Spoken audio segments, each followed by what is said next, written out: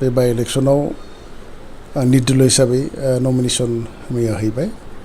तो खोथाया जाहैबाय जे तामुलपुरनि रायजो राजाफोरा दिनै तामुलपुर ओनसोलनि जौगानायखौ माने लुगैनानै आरो रायजो राजाफोरजों थाफानाय मानसि हिसाबै मैयाबो बुंदों आङो जे जिगिता मानसिफोर माने केन्डिडेट माने फोसावबाय बा इउपिपिएल दोलो बा जिएसपि बायदिसिना दोलोफोरा तो रायजोफोरा गोजोननाय मोनाखै आरो बे हिसाबै जोंखौ जिहेतु दिनै गोबां बोसोरनिफ्रायनो रायजो राजाफ्रा मोनबोनाय हिसाबै जे बिथांमोना बारे बारे जोंखौ रिकुवेस्ट खालामदो माने आंखौ रिकुवेस्ट खालामदो जे नोंथाङा सिखारनांगौ एबार जे जोंनि गोसो मिलायनाय मानसि जों मोनाखै बे हिसाबै माने बर' आरो गुबुन जाथिनि रायजो राजाफोर गासिबो तामुलपुर बे हिसाबै सिखारनो बारे बारे बुंबाय थानायखाय आङो निर्दलीय भाबैनो मैया नमिनेशनखौ होदो जिहेतु नोंथाङा जिहेतु मोनसे राजखान्थि हान्जायाव दङ बिजेपिआव बे बिजेपिआव थासेयावबो दिनै मानो होनो गोनां जाखो बेथ' नंगौ जे आंथ' सिगां बिपिएफआव दंमोन आरो बिपिएफनिफ्राय बिजेपिआव आं फैदो आरो बिजेपिआव फैनानै आं सानदोंमोन जे एबारनिफ्राय हयथ' बिटिसिआव बिजेपिआ जिखुनु इलेक्शनखौ माने गेलेगोन एमसिएलएआनो जा बा एमएलएआनो जा बा एमपिआनो जा जिहेतु इलेक्शनाव बाहागो लागोन किन्तु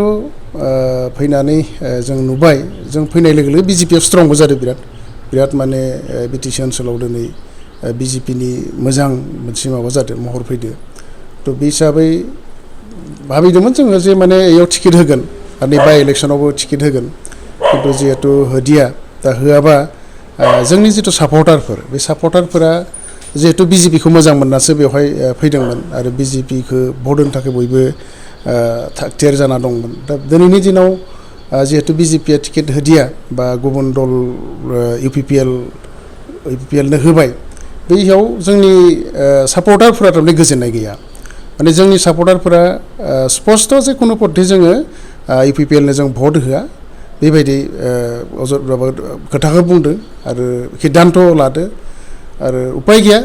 जों बिजेपिबाबो बिजेपिखौ जों मोजां मोनो आरो बिजेपिआ आसामाव मोजां खामानि मावगासिनो दङ किन्तु रायजो राजाफोरनि जोंनि वार्कारनिफोरनि नारसिननायाव नङाबा बिसोर माने जानला मानला खालामगोन आरो बा गुबुन इउपिपिएलनि केन्डिडेट जलेन दैमारि कुमरिघाटानि बिथांखौ खुबिस्सा होयो आङो थेवबो तामुलपुरनि रायजोआ बिथाङाबो सासे लिडार बर'नि बा एबसु मावनाय लिडार बिथाङा बर'नि खामानि मावदो जियानो जा थेवबो तामुलपुरनि कनस्टिटिउन्सिनि एमएलए हिसाबै हयथ' रायजो राजाफ्रा बेखौ गनायनाय नङा आरो एमएलए हिसाबै हयथ' गुबुनखौ माने दैथायहरनांगौ बेखौ तामुलपुरनि रायजो राजाया मिथिगौ हयथ' बिथांनिबो जायगा दङ जलेन दैमारिनिबो जायगा दङ लिडारनि बा बेबायदि रायजोनि प्रतिनिधि जानायनि बिथांनिबो जायगा दङ अनेक जायगा दङ अकल एमएलएल' नङा एमसिएलए दङ आरो बायदिसिना बिदि बिबानफोर दंलाबायो हयथ' बेफोर बिबानाव जागोन किन्तु एमएलए हिसाबै बिथांखौ हयथ' रायजो राजाफ्रा गनायनाय नङा बे आंनि साननाय नैबे समाव आरो सन्देह बसुमतारी बिथाङाबो बिजाथिलाइ गथायदों बिथाङा बुंबावदों जे जलेन दैमारिया जे उन्दै गथ' बिथाङा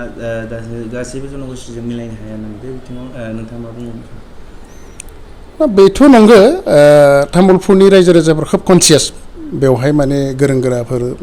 रायजो राजा दङ गोरों गोरा मानसिफोर दङ आरो बयबो सिन्था खालामगोन जे भटके जे सोरखौबा केन्डिडेट होबाय बेखौ जे भट होनांगौ बे रायजो राजाफ्रा बेखौ मानिया मानो होनबा दिनैनि दिनाव नोङो सोब कनसियास जाबाय रोंबाय हयथ' थांनाय बाराव लेहराम बर'खौ बिथांमोना होदोंमोन लेहराम बर'आ सासे गोरों मानसिमोन बा मिन्थिजानाय मानसिमोन समाज सिबियारि मानसिमोन बयबो हारिनि मानसिफोरा बेजों मोनसे टाच दंमोन बिथांजों मोजां मोनोमोन बे हिसाबै बिथांखौ रावबो खन्दे बिथांखौ लायाखैमोन किन्तु नैबे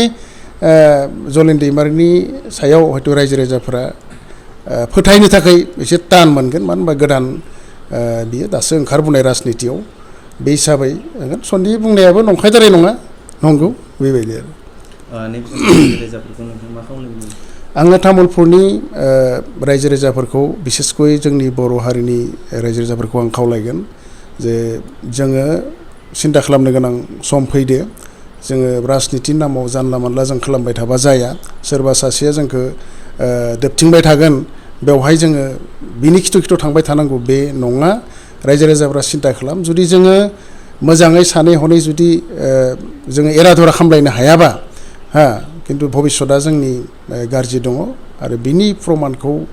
आङो थांनाय एसेम्बलि इलेक्सनाव बिजनि समस्थियाव मा जादों बेखौ रायजो राजाफ्रा एसे सिन्था खालामबानो जाबाय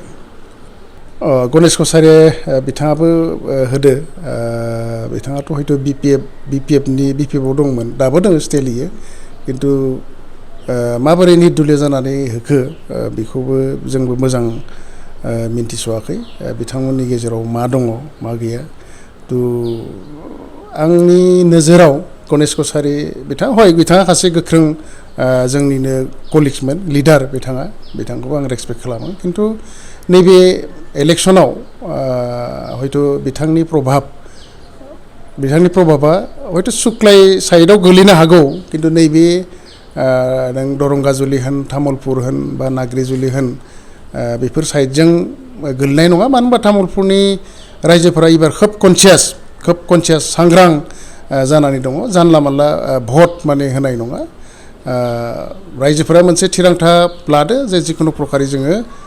इउपिपिएलनि एगेन्स्टआव माने भट होगोन बे टाइपआव दङ खिन्थु जानला मानला बयनोबो जे गाज्रि बायदि राननानै होगोन बे नङा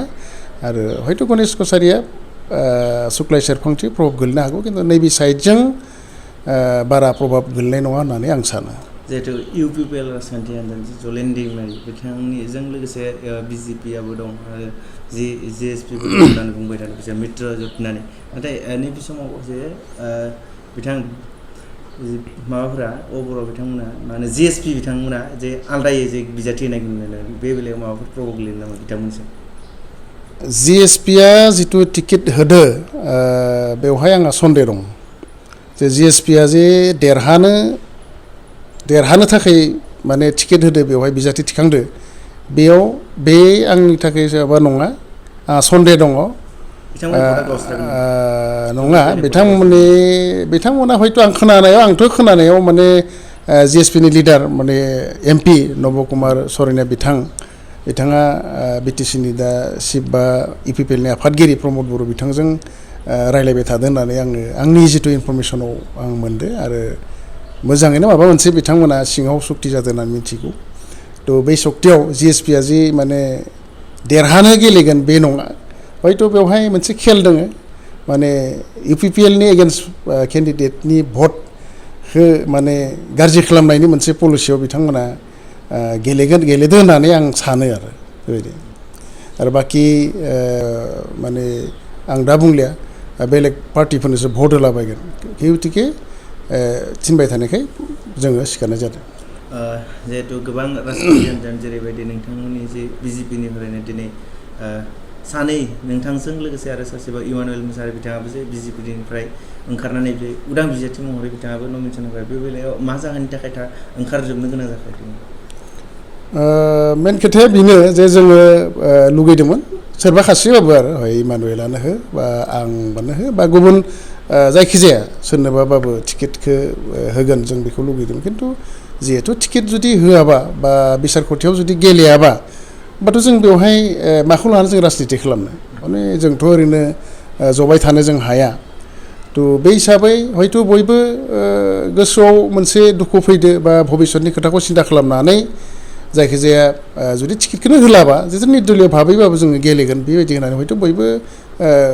उथिलायदो मोनसे समाव नोंथांमोना गोख्रोङै जे इउपिपिएलनि जे बिजाथि बिथांखौ देरहासार होदोंमोन नाथाय नैबे समाव बेबायदि देरहासार मानो खालामासै बिसोरो ज' जानानै मेन खोथाया बेनो जे थांनाय जितु इलेक्सन बे इलेक्सनाव हय बिजेपिआ खहाय खालामदोंमोन जे बेवहाय मोनसे गोजौनिफ्रायबो मोनसे निर्देश दंमोन दिल्ली दिसपुर आरो लुगैदोंमोनबाबो जे मोनसे दिसपुराव बिजेपि सरकार फैनायनि खाथिराव हयथ' बयबो बै समाव मेगन मिसिबनानै दंमोन आरो जिहेतु दिनै दिसपुराव सरकारा जाबाय जोंनि बा जाबाय आरो बे सरकारा खुनु बायनायाव गैया थ' नैबे जितु बाइ इलेक्सनाव बेवहाय सोरबा देरहाबाबो जेनबाबो सरकारा बाया थ' बे हिसाबै बयबो लुगैदोंमोन जे टिकेटखौ एबार होगोन निस्सय रायजो माने वार्कारफोरनि दाबियाव खिन्थु बे जाफुंदिया बेबायदि जिहेतु मन'ज मोसाहारि बिथाङा गोबां बाथ्रा सिखारबाय थादों इउपिपिएलनि हेंथायै जेरैबायदि गोबां जाख्ल'नायनि बे बेलायाव नोंथाङा माबा बुङो निस्सय बिथांनियाव किसु हयथ' माबाफोर दङ मोनदो बिथाङा ओरैनोथ' बुङा खोथाखौ आरो आं मिथिगौ इमानुएलआ आं जेसेबां दिन बिथांजों राजनितियाव थाबोदो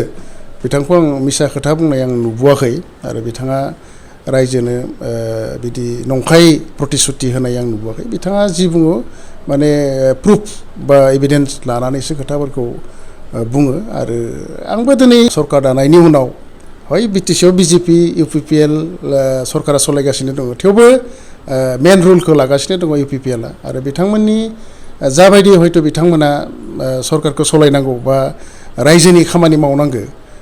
बेफोरखौ आंनि नोजोरावबो खिन्थु मोजां आं साबजायनाय नुवाखै गोदो जों बिपिएफ थानाय समाव जाबायदि खामानि जोङो हयथ' रायजो राजाजों थानानै मावदोंमोन बेबायदि खिन्थु बिथांमोना मावनो हायाखै बे स्पस्ट खोथा आं बिथांमोनखौ नायगासिनो दोङो नुगासिनो दोङो थ' हयथ' बेनि थाखायनो दिनै रायजो राजाफोरा बिथांमोननिफ्राय माने आनज्रायगासिनो दङ नैबे समाव जे नोंथाङा बेसेबांसो भट लानानै देरहासार जागोन होनना बुंनाय दिनैनि दिनावथ' रायजोफोरा जोबोद खुसि मैया जेब्ला आङो नमिनेसन होयो हयथ' आंखौ मानसिफोरा मिन्थियाखैमोन नमिनेसन होगोन होननानै खिन्थु आं जेब्ला नमिनेसन होयो बिनि उनाव आंखौ ओरैबायदि फन आरो गोबाङानो फैदो जाय माने मिन्थिनाय लोगो लोगो खारबोदो खबर लाफैदो माने बयबो गोजोननायखौ माने फोरमायदो आरो मेसेजफोर माने बहुद बिदिनो माने होलाबायदो जे माने दासो जोङो एक्सुवेलि गोजोननाय मोनबाय जे जोंनि पसन्द मथे बिजाथि जों मोनबाय बे हिसाबै माने गोबां माने सापर्ट माने फैदो बे हिसाबै आं नायदो जे जिखुनु प्रकाराव देरहानाया खाथां जिहेतु नोंथाङा दिनै बिजाथि होबाय नङा होमबा बेवहाय बिजेपि राजखान्थि हान्जाया जुदि नोंथांखौ जे माबाफोर बुङोबा नोंथाङा बेखौ गनायगोन नामा ना दिनै आङो थांनाय बाराव बिजेपिनि आं टिकेट लाना गेलेदोंमोन आरो आं बिजेपिनि सासे साधारन सदस्य आं खुनु बिदि गिदिर बिबानाव आं गैया थ' बे हिसाबै दिनैसिमलागै बिजेपि आंखौ जेबो बुङाखै बिदि आरो जुदि उनफोराव जुदि बुङोबा बा रायलायगोन निस्सय रायलायगोन आरो बिनि समाधाना मा ओंखारो उनाव बेखौ मिन्थिगोन